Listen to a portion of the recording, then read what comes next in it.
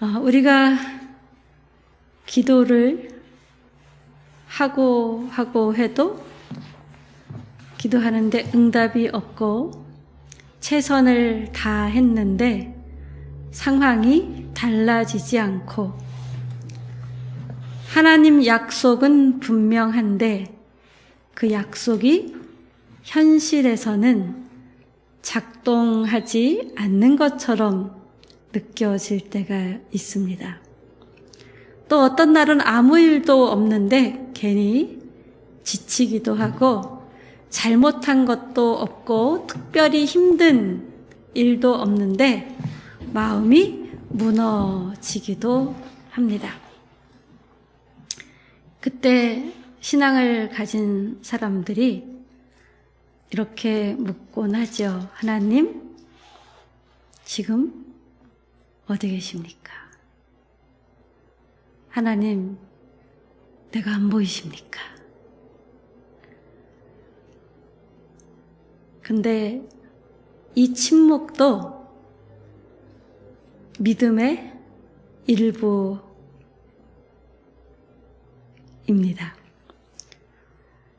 다윗도 이런 상황 속에서 하나님 앞에 이렇게 질문했습니다. 어느 때까지입니까? 하나님을 향한 정직한 질문이죠. 다윗이 인생의 긴 밤 한가운데서 여호와여 어느 때까지니까? 나를 영원히 잊으셨나이까? 어느 때까지 주의 얼굴을 내게서 숨기시겠나이까? 어느 때까지니까? 이게 이 짧은 6절의 시 중에 4번 반복이 됩니다. 이게 원어로는 아드 아나라는 거예요. 아드 아나. 절망 속에서도 하나님께만 던질 수 있는 질문. 아드 아나. 어느 때까지입니까? 이 질문은 하나님을 부정하는 말이 아닙니다.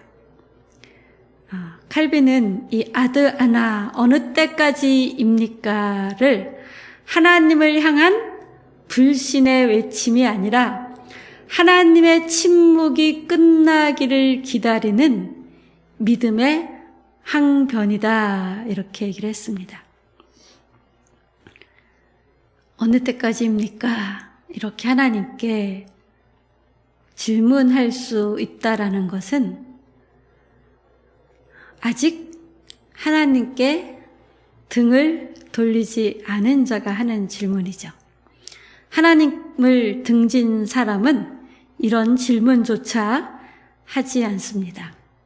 하나님과 관계 속에 있다는 증거가 어느 때까지입니까? 입니다. 근데 우리는 그런 질문을 하면서 스스로 나는 정말 믿음이 없는 건 아닐까? 나는 믿음을 잃어버린 건 아닐까? 이런 생각을 하며 스스로 자책을 하기도 합니다. 다윗은 나를 잊으셨습니까? 얼굴을 숨기십니까? 이렇게 하나님께 묻습니다. 하나님의 얼굴은 하나님의 임재를 상징합니다. 숨긴다라는 것은 다윗이 하나님의 임재가 체감되지 않는다라는 거예요. 타종교와 기독교의 차이점이 뭐냐 하면 하나님과 우리가 인격적인 관계를 맺는다. 그래서 소통할 수 있다라는 건데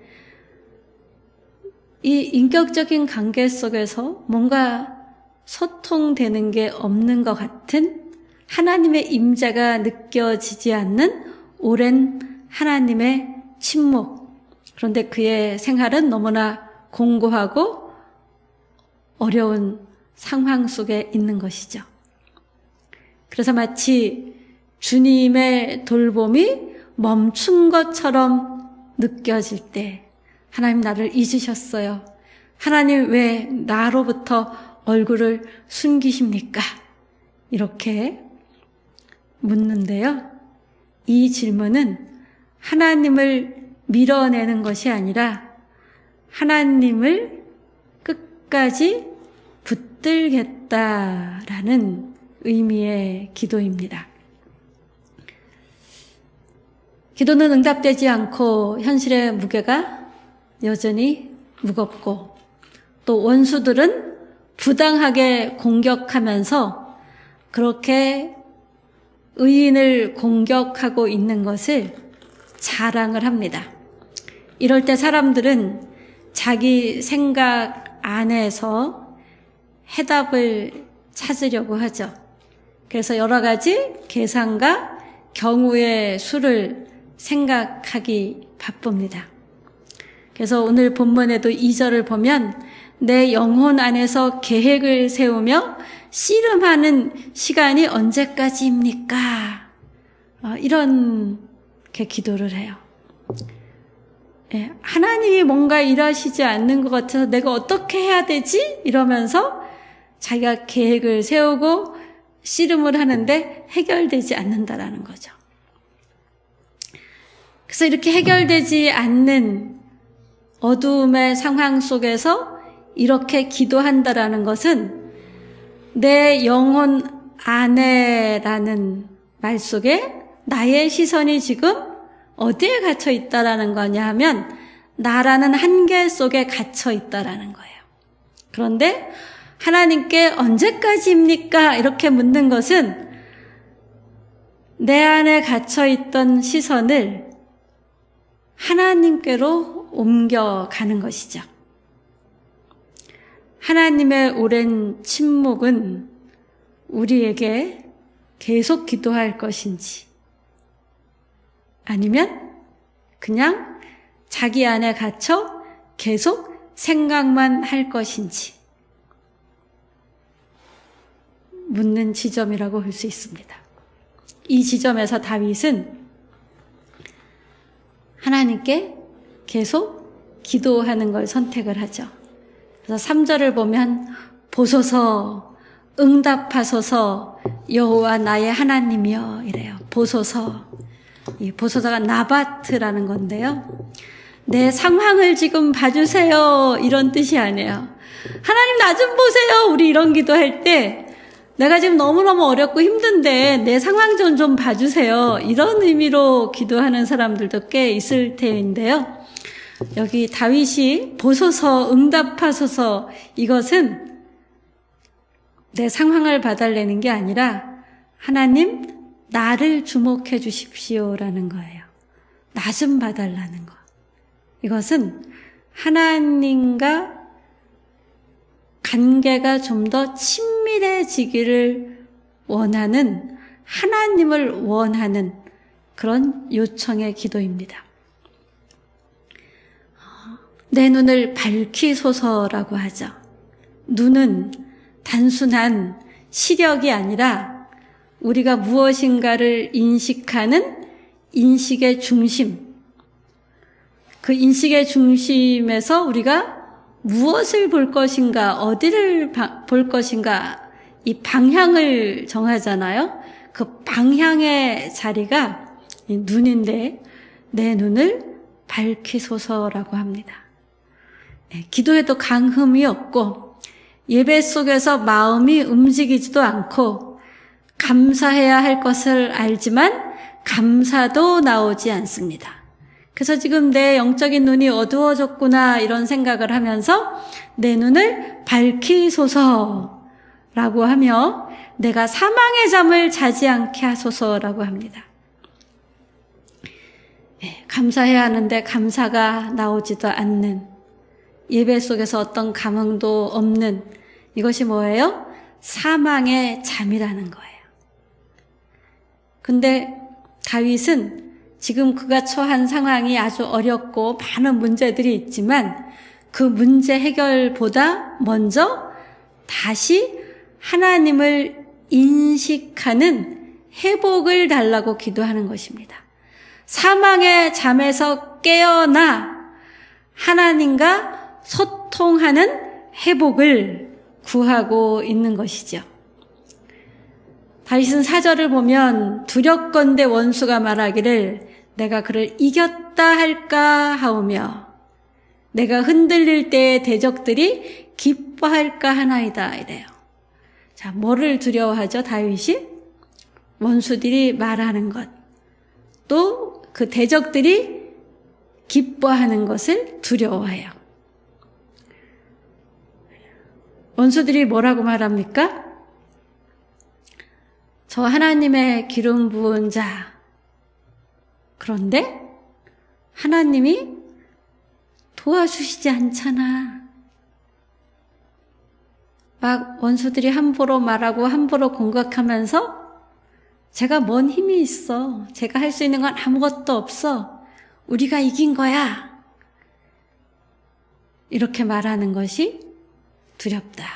또 그런 어려운 상황 속에서 다윗도 마음이 어떠했다 그래요?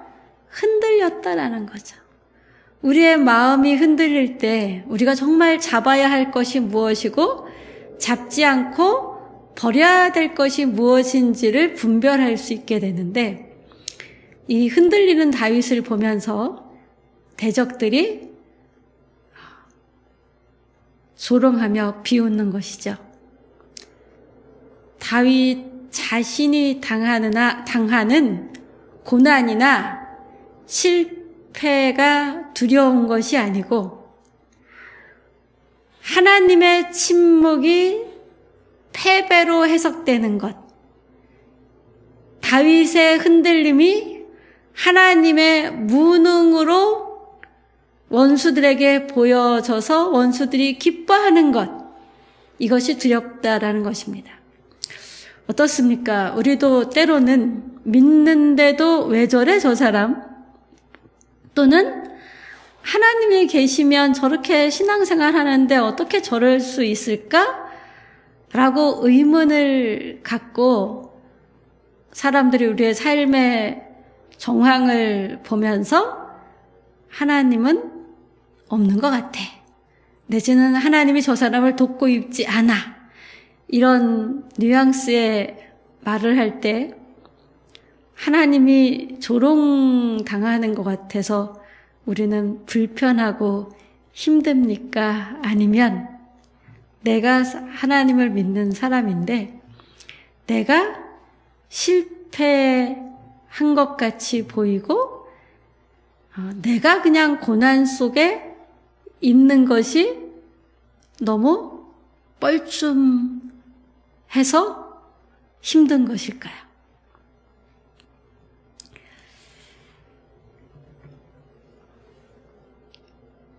다윗은 사람들이 그렇게 하나님을 조롱하고 하나님 무능하다고 생각할까봐 염려하며 하나님의 개입을 요청하는 기도를 하나님의 이름을 위해서 합니다.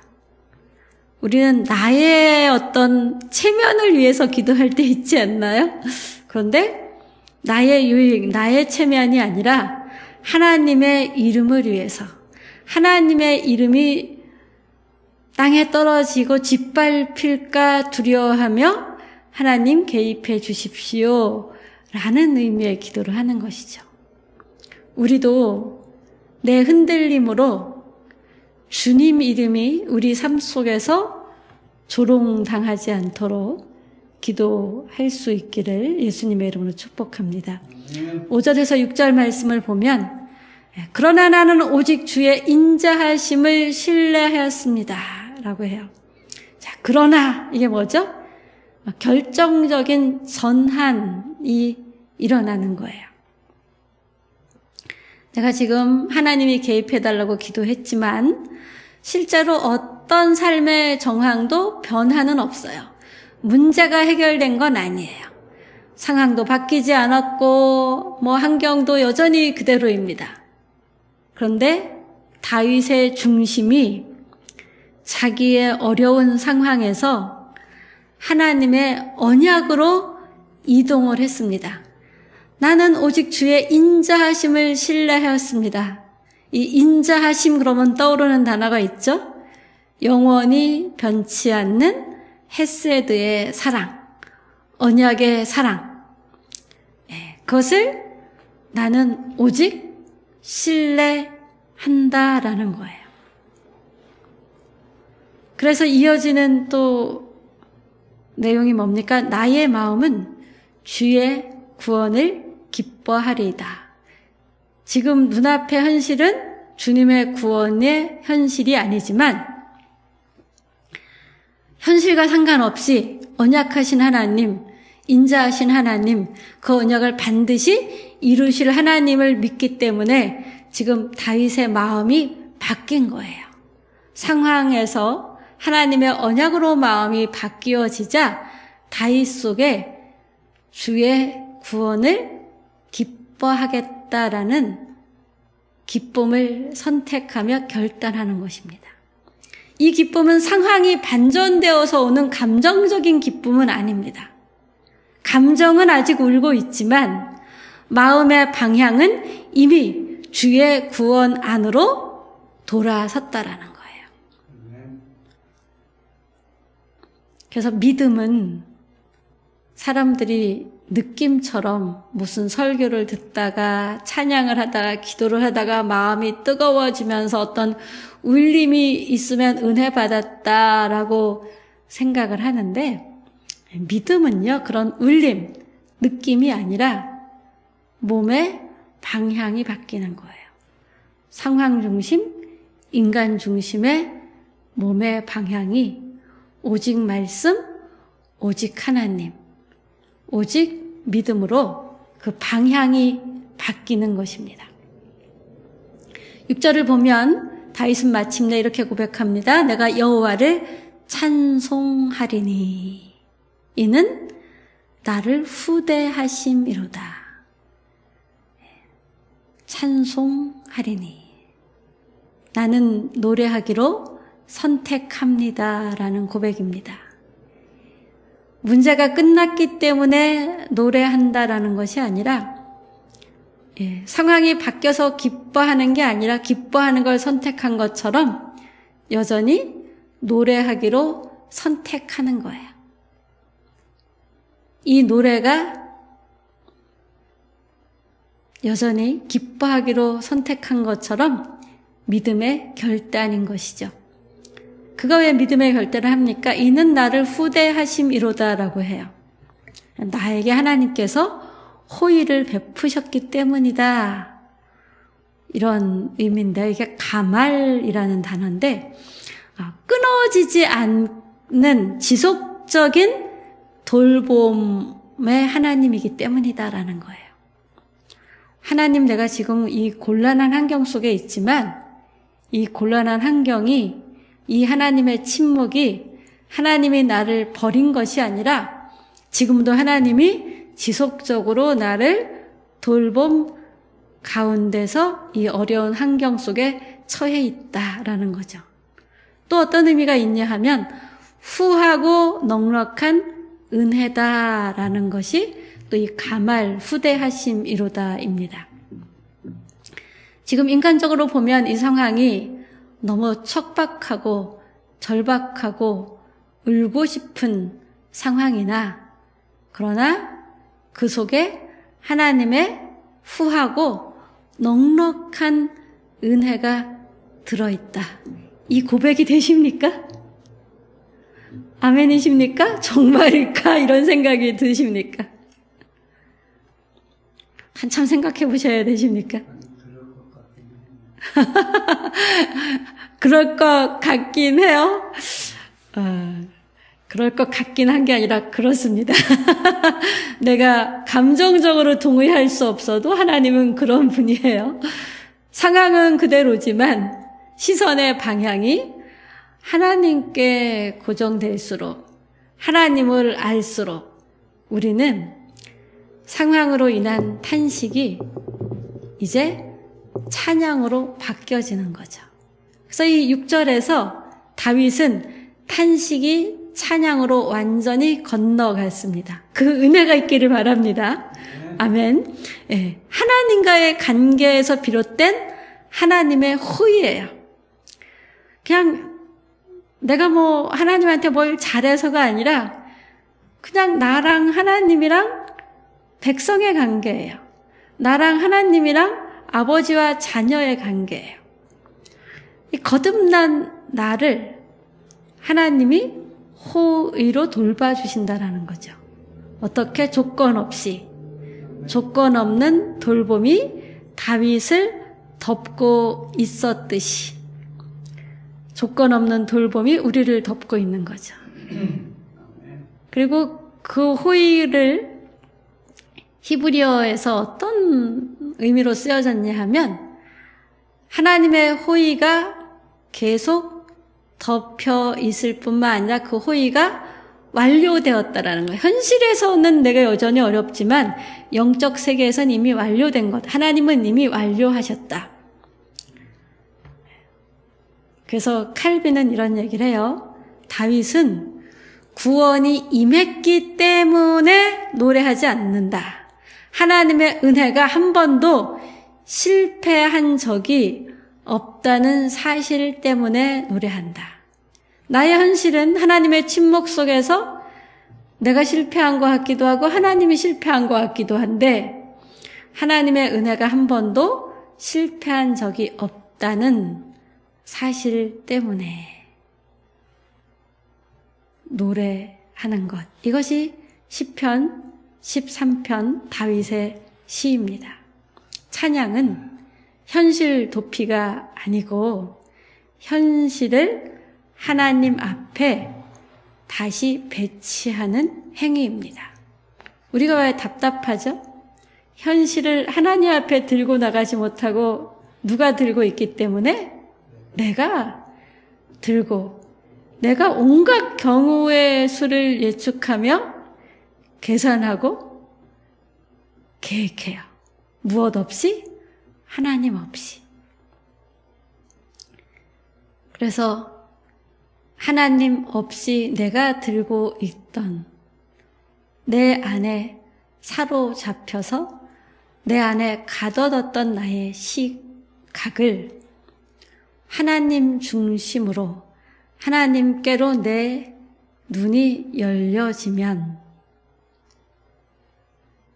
그 현실이 하나님 앞에 배치하는, 그래서 나보다 훨씬 크신 하나님, 모든 환경을 추월하시고 환경보다 훨씬 능하신 하나님 앞에 내 현실을 맡기게 되는 것이죠.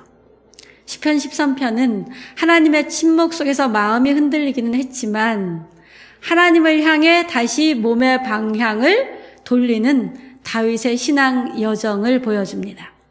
지금 어느 때까지입니까? 라고 하나님께 묻고 있다면 믿음이 내가 없구나 라고 스스로 자책하지 마시고 내 믿음의 눈이 지금 흐릿해졌구나.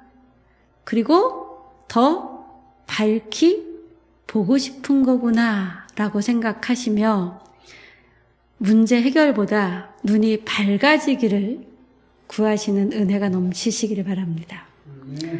주님 상황보다 먼저 제 감각과 방향을 살려주십시오. 그리고 주님을 노래하기로 선택하는 은혜에 붙들리시길 축복합니다. 찬양은 결과의 반응이 아니라 신뢰의 선언입니다. 믿음은 감동, 울림이 아니라 말씀, 하나님의 언약에 근거한 삶의 방향입니다. 오늘도 우리의 연약해진 삶의 방향이 다시 하나님 말씀 앞에서 중심이 바로잡히는 방향이 되시길 예수님의 이름으로 축복합니다.